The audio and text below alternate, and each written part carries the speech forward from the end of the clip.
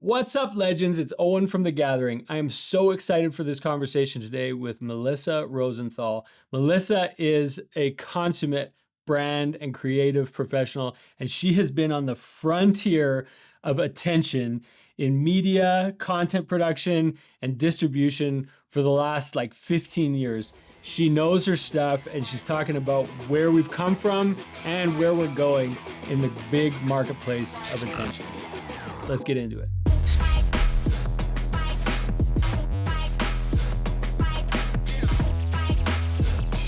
How would you kind of describe your experience kind of cutting that arc across the last 15 or so years? Yeah, I mean, it's been really interesting seeing the media landscape evolve, the democratization of what that even looks like. I think when I first started, going really far back, before BuzzFeed, there was sort of this arbiter of let's say truth, but an arbiter of information that was the body of information. And before BuzzFeed, that was always very linear. It was you get a newspaper delivered to your door, or you go to a magazine stand and you pick something out, right? It's you going to one place to get something, or it comes to you.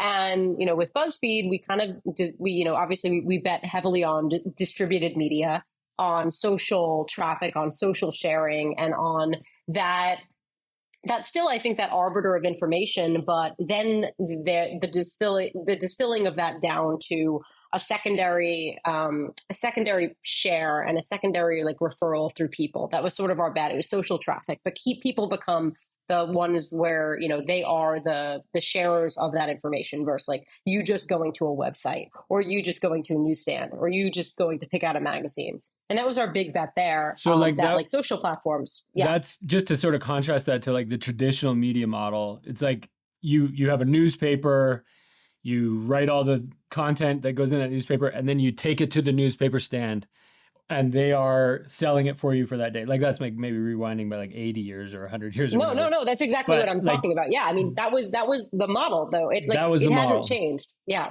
And what you guys were doing kind of in that, you were placing the first viewer as that intermediary. It's sort of the people who followed BuzzFeed became the newsstands as they shared articles that were interesting, or videos, or content that was interesting to them out to their networks. Is that kind of the line you're drawing? It was, the bet was people will find information that is relevant to them as a byproduct of other people in their networks sharing that out. Yep.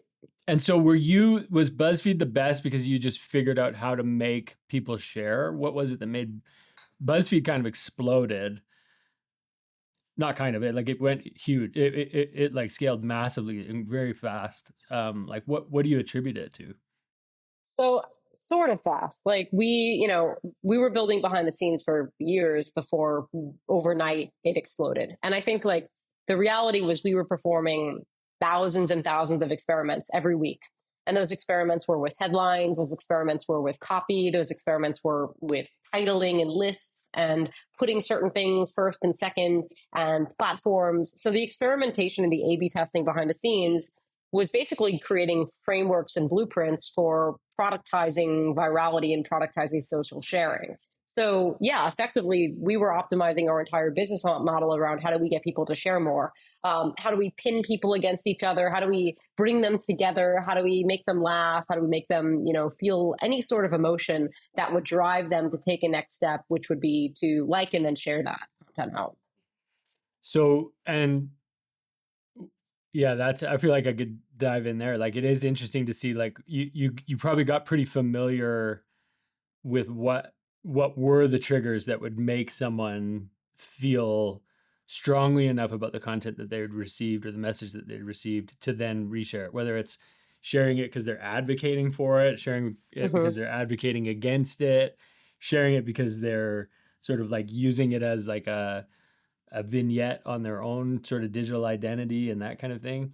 What was the most surprising thing you learned about that sort of social behavior of social transmission or community transmission?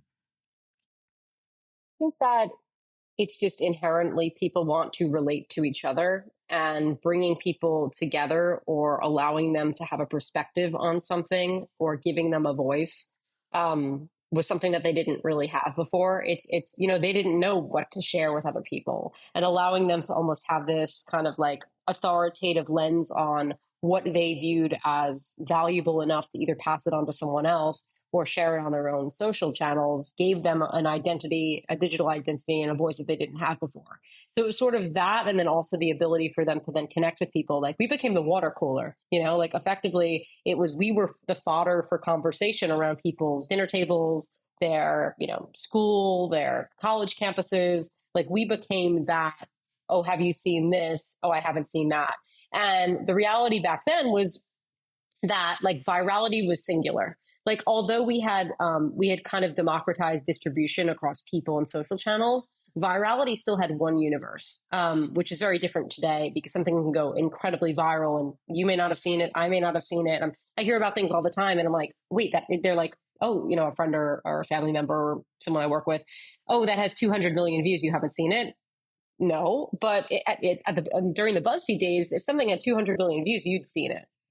Because there was still only one place where there was the reality of like what that was, where today it's even more distributed. When I think about the changes of even like the last 5 years, it might even be less than that, but like in terms of my noticing at least would be that like that's bang on. There are trends have niched down, virality has niched down. Yep. And even like the container of various digital communities or digital cultures, like the transmission outside of that sort of invisible container seems to be a little slower at times. It's always interesting when something big happens or something that affects everybody. Like I think one of the reasons why we're all inundated with um, political doom scrolling on our feeds or whatever is because it is one of those things that just seems to be, every community or every culture kind of has some form of interaction or response to it.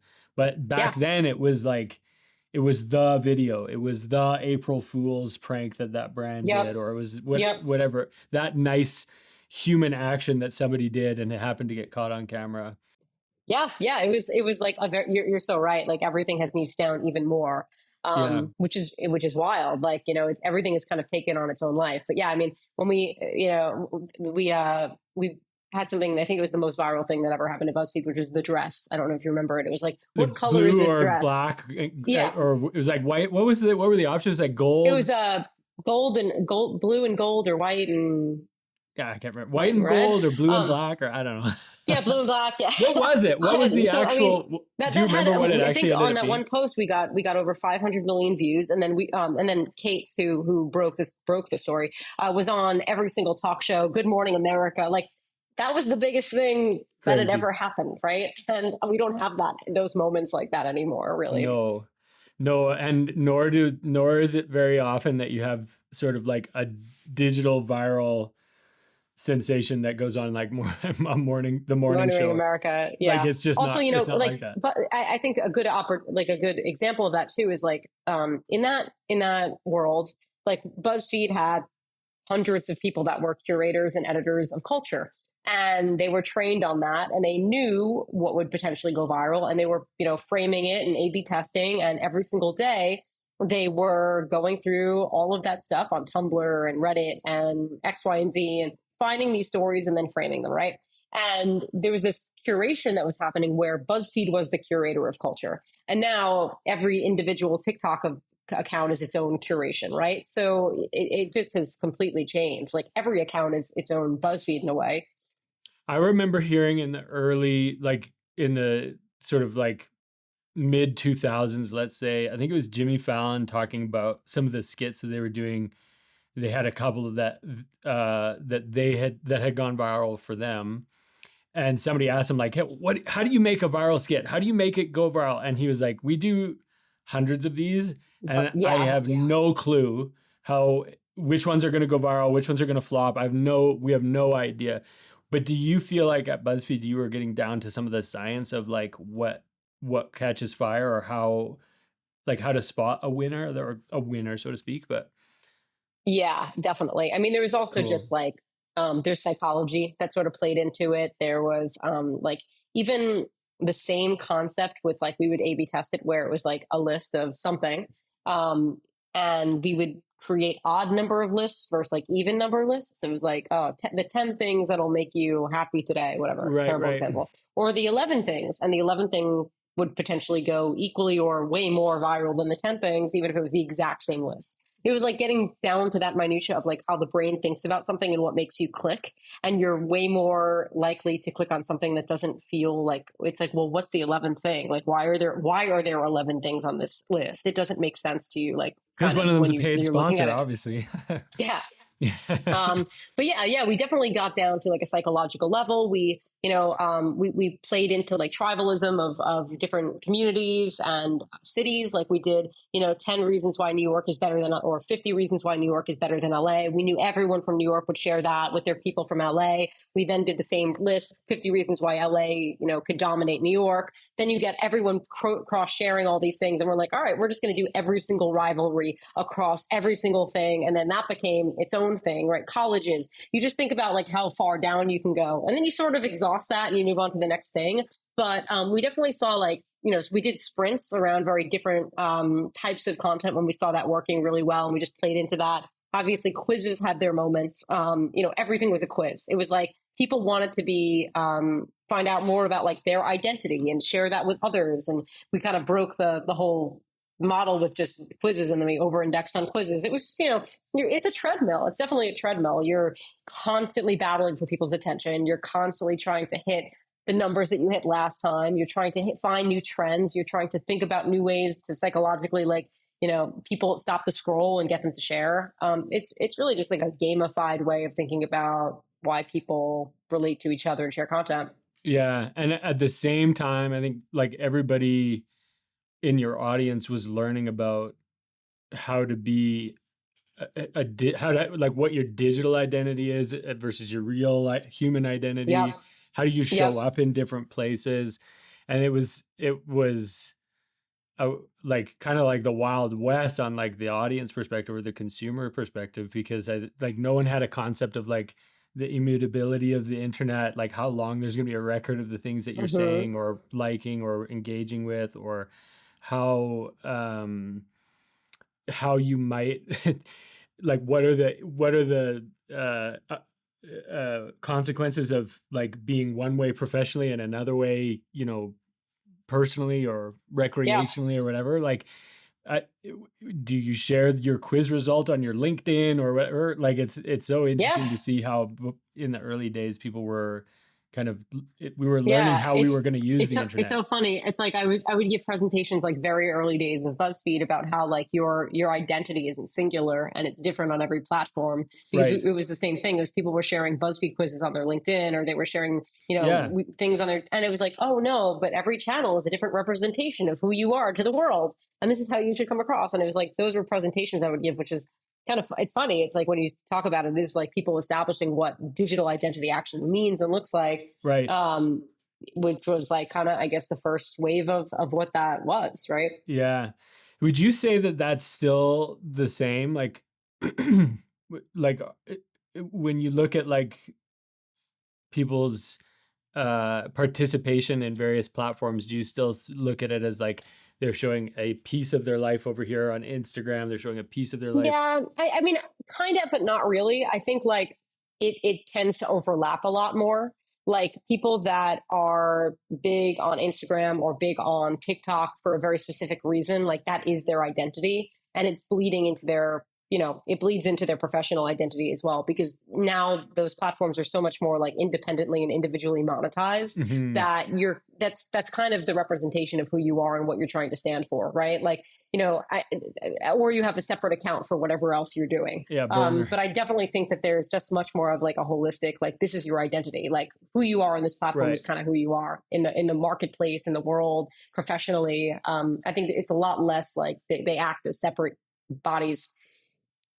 Yeah, it's funny. Like, one of the things I've noticed about like uh LinkedIn in particular is one where I see their like the way people are engaging with that platform is really changing, the types of things that they're sharing, the types of Yeah. content that goes LinkedIn viral. Eyebrow. Hmm.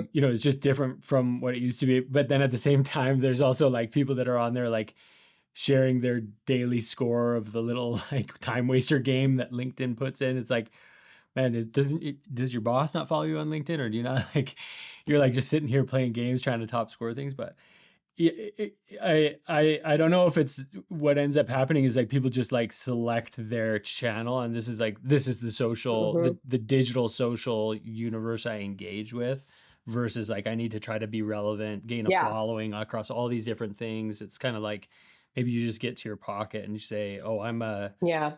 I'm a TikTok person, I'm a TikToker, or I'm a I'm a LinkedIner, whichever kind of direction you choose, and you just sort of like put all your investment into it. But it's I don't know. So you went from BuzzFeed to Cheddar, which was same but not the same. Like it was a similar, still I would say is on the frontier of media and generally frontier of like social attention. Maybe just talk us through that journey quick. Yeah. So I was a little like towards the end of BuzzFeed, I've said this a million times, but like I was starting to see like cracks in certain things of like our traffic was dropping, the distribution that we used to have across Facebook and social channels was going down. The platforms weren't playing nice anymore. Where our big bet was like Jonah was having meetings with Zuck like every month, and when you feel like you have the platforms are the partners in which your distribution is reliant on, it's a good feeling. When they're not, basically they're holding you by the neck. You're in a chokehold. So Mm. starting to see that was a little concerning. They started to prioritize a lot more of like personal sharing, family photos, like birthday celebrations over viral and shareable content. I think maybe they were just questioning like, what is the value of what people share on our platform? And the answer might not have been social and shareable content. So started to see that, some stuff with revenue, and I didn't really want to be in a position where like we had no control. Like it felt like we were very much at the whim of the platforms that kind of held us, right? So I started to see that and decided to take a bet on kind of a new way of thinking about the distribution, which was just betting on kind of the same thing but different with live media, which was all of, our big bet, our contrarian bet, which is wild to say now, but like was that people would cut the cord with cable. And that they would choose their own streaming services, and all these new streaming companies would emerge, and there would be huge competition there, and we'd be able to get on all of them, and we'd be able to take a new way of thinking about live news for tech and finance for younger people, and that worked. But the big bet was that viewership would change, and our bet was people would cut the cord with cable, and it happened faster than we thought. So Hmm. that was all well and good, but the same thing ended up happening. The platform still controlled the distribution. They still they don't pay you for that distribution, which we thought would happen. There were streaming wars all the time, and at the end of the day, like it was a good model to bet on then. I think there's a good window of time for everything. I Hmm. think I strongly believe that now, and we were able to like really pioneer that at Cheddar, and be able to take advantage of being one of the first movers into content of full Hmm. live streaming on OTT services. And that was all well and good. But at the end of the day, I still was kind of always just like, oh God, like this feels like there's going to be like a reckoning with media in general. And we're really seeing that now. We're really, really seeing that now. Yeah, and I don't think it's yeah, I don't like it feels like something that's not over. Certainly, like it's Yeah. still in motion. Part of what I like react to there is like everyone's been trying to find a way to monetize attention. That's probably the case for the better part of a couple hundred years, but like the modern marketing industry, at least like 100 plus years of people trying to monetize sustained attention from someone. And like Yeah. as you mix these, like the social nature, obviously huge boost, the convenience of being able to tell people that are like-minded with you about the things that you care about. But then like who owns that is it like becomes the next question. Like, are you renting attention off of Hmm. Facebook? Are you renting attention off of Twitter at the time, or whatever platform you're engaging in? But then at the same time, are they renting our attention, or how are they paying for our attention, or like our as in like the audience, the people that are using the platform and that sort of thing? was the revenue model one of the challenges that you were encountering, or like how did you see how did you think I'd just be curious, how did you think about content monetization then versus now? Like, Yeah, I mean, at BuzzFeed, we were all in on like native content, so we were building like very highly custom native posts and native sponsorships and really natively integrated brand campaigns with large partners directly. And we kind of controlled the distribution. We had millions of eyeballs on the site. We knew how many views things were going to get on Facebook and on Twitter and on all of the platforms that we kind of like had in our pocket. So it was very easy for us, and the margins were pretty decent at that point in time. But as Facebook got greedier with monetization platforms and things got more expensive and they cut our traffic, you don't control that anymore. And it becomes way harder to monetize. Like content isn't a shitty thing to have to monetize. It just is because it's not a product, It's like when we act like content is the product, it's the problem. At Cheddar, when we first started the company, the goal was not to have to monetize the content. The goal was to be able to monetize, monetize the content, but monetize it really just through getting paid a fraction of what the legacy media companies were getting paid for cable subscriptions. And that's what we thought the model would be. That if ESPN is getting paid 25 cents per cable subscriber, regardless of viewership, let's just ask them for 4 cents and make it the deal of a lifetime to get 24 hours of content. But they weren't going to do that moving forward. That was just yeah. so you were going to be broadcasting 24/7 essentially through their network and aiming to have sort of the same, like, just to draw that same line that we did with like the newspaper. It's like you were aiming to have the TV show to the network kind of relationship. Like, hey, we're the TV show. There's so many viewers. These are the type of people that like this. Here's how frequently they tune in, share, maintaining traffic and like length of visit on your platform, all key metrics that like Meta or Facebook at the time would have wanted to track and optimize for. I mean, you can get measured based on Nielsen ratings, but still, regardless, you're still getting paid by per sub in that model. So that is definitely what we were hoping would happen. Unfortunately, that did not happen. If that happened, like we would have been a multi-billion-dollar company, but that was not a possibility. I think the new players in the space, they were operating like, how we thought we were one step ahead, being like, okay, this is how we're going to operate. We're going to, cut the amount that you have to pay to this percentage and still make a ton of money because that's how the model works. And they were like, no. If we're starting a new streaming company, we're not going to pay for any content. We're going to guarantee you distribution and you can monetize your own content off of it. And we won't take a percentage of that. So what would that be? Monetizing your content is involving an advertiser or a sponsor, an affiliate of some kind. So we maintained 100% control of our own revenue, but we were not able to monetize the subscriptions, which was the $1 billion company plan. I mean, we had a great exit and we definitely we got up to 50 million in revenue in 3 years, but that was all through advertising. That was through the monetization of creation of shows and advertising partnerships and sponsorships, not through subscription revenue. We wanted an ARR business, not an advertising sponsorship business. Yeah, but you ended up with an advertising sponsorship business. Yes, like that was where it netted out. Like, and I understand what you mean there. Like it's this funny. I don't know. So let me ask you this question: is that a function of legacy media people making decisions in new media settings? Yeah. And saying that's a shitty model. We don't want to be held into that model anymore because our value gets cut in half when we're beholden to pay our content providers out of subscriptions. I mean, it's just like they were trying to wise up against the legacy models that we were also trying to wise up against. So in we were different all trying ways. to compete one step ahead. They were trying to wise up in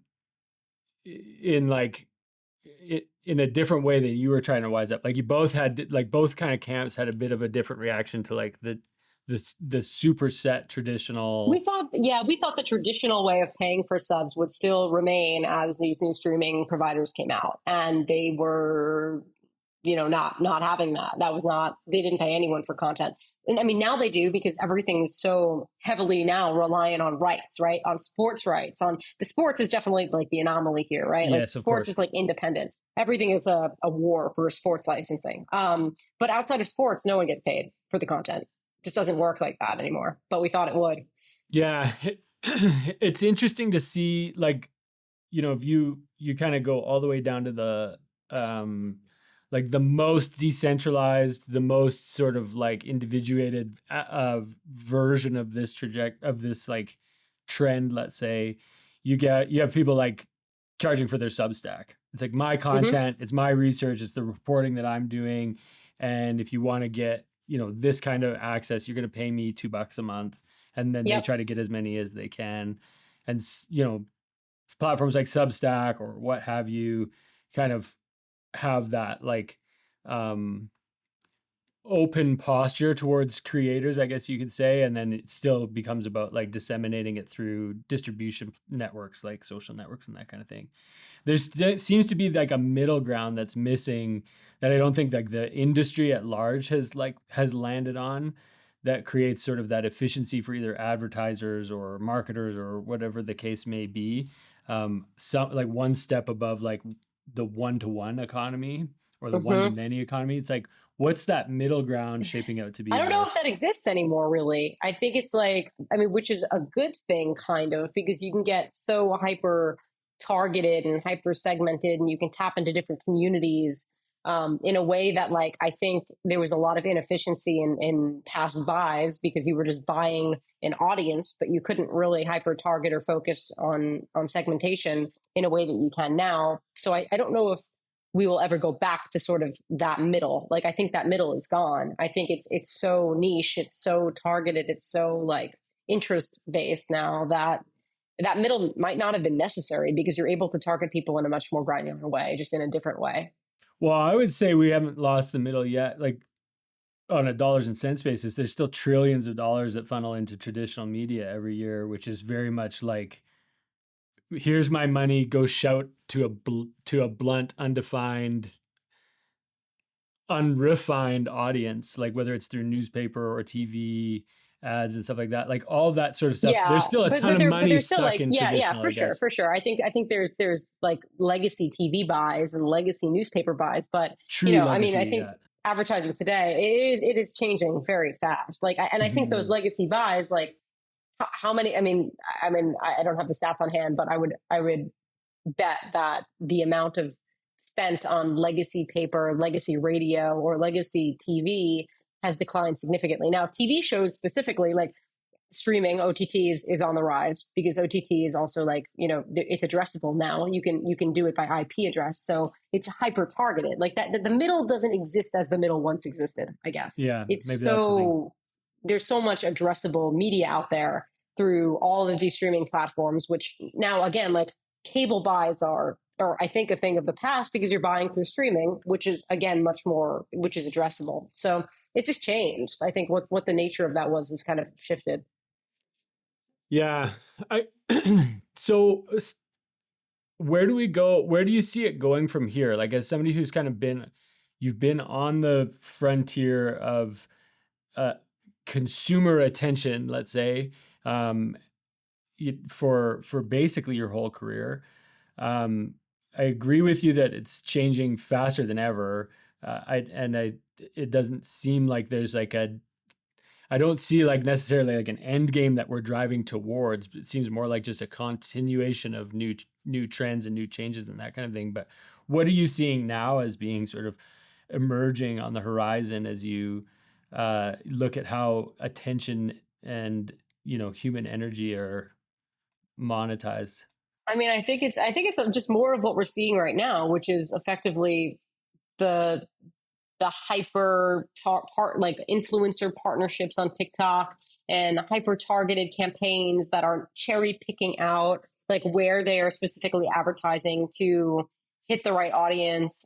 More of like buys like that versus blasting something everywhere, definitely. I don't know. I think partnerships, collaborations, the money funneling into influencer partnerships is bigger than it's ever been. And I think it's going to continue. That economy is going to continue to grow and significantly over time. I mean, AI is going to reckon with Facebook advertising in a way that I mean, it'll be very interesting, both from I don't know if you've tried like ARC ads, but it's effectively like, you can create an AI ad that once took a really long time to create and a lot of people to create. And you can create 25 versions of that and A/B test them against each other and optimize them and do something that would have taken years to do. So I don't know what that ends up looking like, because everyone is able to get the highest performing, best, most optimized ad. And there's no it's like, where does creativity come into play with that? Like, is there any lever in which like something can outperform something else based on like human input? I don't know. So I don't know. There's a lot of interesting things happening within like some of the more just like formatting discussions of like what that actually is. And then I think the end of the day, like the one thing that can't be replaced, right, is the influence of a very specific person that you follow, that you trust. And what does that come back to? I think that comes back to relationship-based buying. And I think like, there's two sides of it. There's consumer and there's business. And I think both of those things are heavily like word of mouth and referrals and relationships and emotional connections to who you're getting that advice from. I think will be the future, which it already is. It's just, I think maybe we start to optimize more on that even in the future. Yeah, it's interesting. I think like when we were at South by last week, we chatted with Gary from Pod Digital, and he runs a network of podcasts that are sort of like culturally and ethnically sort of like oriented. Like they just tend to be like communities of people that listen to creators that look and sound and think like them and that sort of thing, which just comes back to like what you were talking about at the beginning, like in the most academic of sense of the most academic use of the term tribalism. It is this like idea of like, yeah, you got your people, you got your community, you've got people gather together who are of shared values, shared mindset, shared purpose, that kind of thing. And he's talking about how like advertisers need to find ways to like engage authentically across all these different platforms. And as a marketer, you're like, dang, well, that's a ton of work. Like now you're telling me I got to run like 100 campaigns instead of one campaign. And the thing that he said that kind of flicked the switch in my brain was like, you don't need to run the campaign. You need to actually find the right relationship and give them the ability to do whatever they want to do. And it's kind of in the same way that you could go one to many on like Meta through like a Facebook AI designed Facebook ad or something like that. Or you could go find the people that are best connected to your community, and you're still going to do the same thing. You're going to give them the creative license for how they speak about your product, your service, how they're going to talk about your brand. You're going to probably provide a little bit of some guidelines like you would to AI, but the result is almost this like wash out of the middle. Like I hate to say it, but like the campaign managers, the production designers, the art directors, the copywriters that are doing all these versionings, all the versioning and all this kind of stuff. Like it's almost like in the machine. Those are the ones that kind of get hit the most because it's not an in-house activity anymore, regardless of whether you go the AI route. Like I think to your point, it's like a lot of companies brands are understanding like they give up. This is the age of giving up control, right? Because control is in the control is best seated or served in the seat of the person that understands what they're actually doing and how to command the audience that you want to, attract. And I think it's exactly what you just said. It's like all those people that like they don't know better than the person that has the 5 million followers that has built that from scratch. Like the person versioning an ad for you to say certain things to your own audience. Like I think that's happening already, and you're so right. But I think like it's so funny. I mean, you find like even when you're in marketing, I'm sure you find yourself getting influenced, right? Like I buy things because of influence, and I'll see it across my Instagram. It's someone I've followed, and then they, over time, I see their stuff, and I develop even like subconsciously in a connection and a relationship with them and their content and what they do. And I stay following them and they post something and I'm like, oh, I do trust this person's taste. So I'm going to buy this thing. And you're just subconsciously influenced over time. Even if it's like they were gifted that thing or it wasn't sponsored, like there's definitely this connection just within how you're finding out about things. We're also like in certainly an information product choice overload. So when you're dealing with that, the only thing that you have sometimes is the people that you do follow, because it's like that becomes the closest thing to where you'll make a decision. Like, you know, you go to Amazon and it's like, oh God, I don't know what to choose here. Like everything has hundreds of thousands of reviews and all of And the those might be 20 of fake. the same thing. Like, yeah. Right. So it's like, like making a decision has become like so painful that I think like influence and emotional connections and relationships is like, has to be the future. And with AI, it's going to get worse. So I don't know. I bet big on that. Yeah, I'm with you on that. I think it's that like proxies for trust, right? Like you don't actually have a relationship, but you've seen a consistency that you relate to Yes. over a period of time, and they become like a trusted outlet for you, a distribution of attention or whatever, a distribution of content or products or marketing or whatever it might be. Or you've had a good experience. Like I follow this food person and she seems to go to the good restaurants. And then I've gone to one of those restaurants and I've had a good experience. I'm going to continue to follow her and continue to trust. Right. So it's just, it's like one kind of, one validation that like it matches up to what your expectation is. And all of a sudden that trust forms a whole other level of, oh, I'll probably buy something that she shows. Right.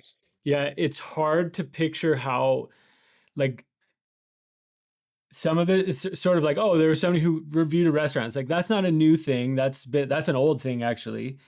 But the interesting thing I would say about today is that the moment somebody like stops reviewing restaurants or stops creating content, they're kind of gone. They're gone. Like there's no permanence to any of the sort of like, there's no permanence to any of these channels. It's this like dichotomy of anybody can start a show. Yeah. You can start a TV show, or what the equivalent of a TV show used to be, which is just like consistent content that holds people's attention or aligns a community around it. So that's available to anyone, but it's so disposable on the other hand that there's no like permanence to any of it. The moment you stop doing it, you're done. Like the wheels stop turning, that kind of thing. Somebody else there's 20 other people in line to do the same show kind of thing. It's such an interesting time. Yours, I think the other thing that's kind of like playing a factor is just the overwhelming amount of content that there is. There is just, I think we're at like over 1 billion unique pieces of content uploaded to the internet per day now. It's probably higher than that with like ChatGPT, but like it's it's louder, a steadier stream of static than it's ever been before. And yet you're still in the media space. Tell us a little bit about, it seems like hopeless at times, but tell us a little bit about what you're doing with Outlever, because you see an opportunity. Yeah. I mean, well, I guess I'm sort of in the media space. I'm in the I think media is sort of traditional media and traditional like business media, I think is sort of dead. So my bet is really that, I mean, the same thing that we kind of realized at BuzzFeed and Cheddar is that monetization of content is hard, but monetization of news content is like impossible. You can't do it. It doesn't work. And all of these, bigger publishers like the Vox Group and Verge and TechCrunch and Forbes, like they're dealing with the same thing that happened to us at BuzzFeed, right? Their distribution is down. Their credibility as a brand is sort of diminished because smaller micro people are more trusted than these news sources. They have a bias. And they can't monetize. So what happens is they've gutted their newsrooms and they sort of are barely like hanging on. So what we do at Outlever is we build companies their own trade publications and their own media platforms. And the viewpoint there is that with all of the sort of degradation of like traditional old school media, why can't these companies actually own the conversations that they want to own? They don't have to buy advertising in TechCrunch or Forbes anymore. They can just build it themselves.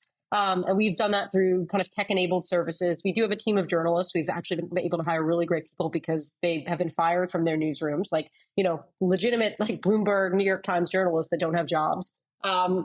And we cover things from industry angles. So there's no bias because really the company is just owning, they want to cover the space that matters. There's a ton of news that isn't being covered and that isn't getting picked up that's really relevant to like really niche groups of people that we're able to cover off on it at extreme scale. And we talk to the people that matter to our customers. We talk to the people in their areas, the subject matter experts, the people that don't have voices typically, and we're able to give them voices at kind of enormous scale. And we create community that way. It's relationship building with the companies that we work with.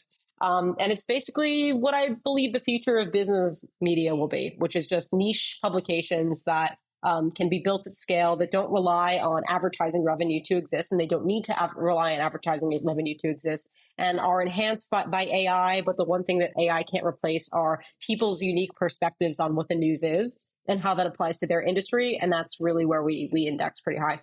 So you're connecting the dots on like content creation, but within such a defined set of parameters that like it's like actually valuable for the audience, and Yeah. that value is the marketing for the business Yes. that's holding the new media property. Yeah, and it's like, how do we give the people that matter to your world a pedestal to shout from and a pedestal to really showcase their expertise from, which becomes valuable to both them and valuable to the company that's allowing them to do it. And we are, to your point, like operating in a very confined world for each of our customers. Like, their worlds are very unique and different and confined, where they're not covering everything. And it's creating community, it's creating trust, it's creating credibility and authority. It's giving, voices to people. It's creating thought leadership that's like real. And yeah, I mean, I think that it's I don't know, I'm pretty bullish on it. That's cool. What, just to give it like an example, like what would be like the best type of business to embrace that strategy? Because it's ultimately what you've got the strategy and you're implementing it in different verticals or different like markets and that kind of thing. Vertical, I mean, we're industry agnostic, so we have 30 customers now across like pretty much every industry. So cybersecurity, fintech, a lot of AI, but different areas of AI, frontier tech, supply and logistics companies. Like it's really like there's no good answer for who has a voice in those industries. There's just not. Like there's a lot of people talking, but there's no defined space where all of that information and content really lives holistically. But I also, like there's this sounds like what it is, but the contrarian view to even what I'm doing right now is the fact that we're building these publications, but really the way that people are finding out about these articles and the commentary is by people sharing the articles that they're featured in out on LinkedIn, and also sharing that internally with their companies. So when you think about who's actually coming to this, it's like a one-to-one, one-to-company, one-to-network viewership versus relying on, TechCrunch's Facebook page or their LinkedIn page, which is on the rails of LinkedIn. Now we're playing into people as media channels way more than I believe building trade publications. So we do build the trade publications, but the distribution is not anything near what traditional media is thinking about. Yeah, it's such a good insight. Like it's using that focus, like it's coming into something, a much more specific kind of conversation to engage with the market at, which seems scary to people because it limits your audience. But at the end of the day, it's like a richer, finely tuned, more actionable, more engaged audience anyways, which means that instead of just shouting into the ether, you're producing content that actually has a chance to influence behavior, perspective, cause interest, cause It's shares. like, Forbes, when I was at ClickUp, we were doing a sponsored article, I think it was like with Inc. or Forbes, and they charged us $50,000, and their distribution was like on their LinkedIn page. And it's like, what is that, right? Like it's a sponsored piece of content, one that is just being distributed by their LinkedIn page, which has zero reach anymore. And it's like, and it's not targeted. It's just, I mean, the best thing that we did with that article was we promoted it through our own channels and got our own viewership to it, which means like we were Yeah. sort of trying to like take the credibility Reverse it a of little they had left. Forbes. I mean, Yeah. now it's meaningless, but so I'm like, this doesn't make sense. This is not going to last. Interesting. It's such an interesting time. It's yeah, I feel like the I have to be careful what I see because we have people that follow us from a variety of different backgrounds, but like the bloom has fallen from the rose on a lot of those things. We were having a conversation in the office today about like how everybody made a pivot, Mm-hmm. shaky as it was, from like print media to digital media, but they did not change their mindset. They didn't change the thing that they So thought their right, job was. They just changed the place that they were doing medium. their job. Yeah. Mm-hmm. And the reality is I think we're coming up against the fact that like, no, that's just not how humans work. Like given half a chance, humans are much more social. Given half a chance, humans like to exist within community. Given half a chance, humans like to have relationship with the people that they're valuing opinions from and those kinds of things. And I think yeah, I'm bullish on what you're talking about too. I think it's going to be fun to watch what you do and where you take it. And um, yeah, hopefully I feel like this conversation has got my head going. I hope that for our audience, it starts to cause them to think about like, oh man, maybe it's time for me to sort of depart some of these like tried and tested and true, you know, tactics or like marketing plans or whatever it is and start to think It's about, just like, over time also, like, I don't know what organic growth means outside of like what you can own and have as your own asset. Otherwise you're just paying into a machine that's going to become like less efficient over time. So I don't know. The yeah, bet is like build something that matters, that build can something that differentiate matters. you Yeah, and be an totally. asset. Either that or you're paying into a machine that's going to charge you more money in the future to access the thing that you For, built. Like Facebook has yeah. done that rug pull like 3 times now on the whole industry, and nobody's ever learned that like, yeah, they're going to just charge you again. Once you figure out how to get around this, they're going to just they're going to put It's like, another oh, our paywall in. organic reach on this platform has gone down. Yeah. Yeah. We know that's because we want you Right. paying us for ads. Yeah, Yeah. totally. Oh, Melissa, this is a great conversation. I'm glad we got a chance to connect today, and yeah, we definitely appreciate you. Looking forward to seeing you back in Banff this October, Yeah. and we'll put the link to your page in the clips for the show so that people can come and find you and hopefully take that step into the brave new world of new media. New media. Thank you for having me. This was a lot of fun. Really, Yeah, really enjoyed it. like that. Thanks, Owen.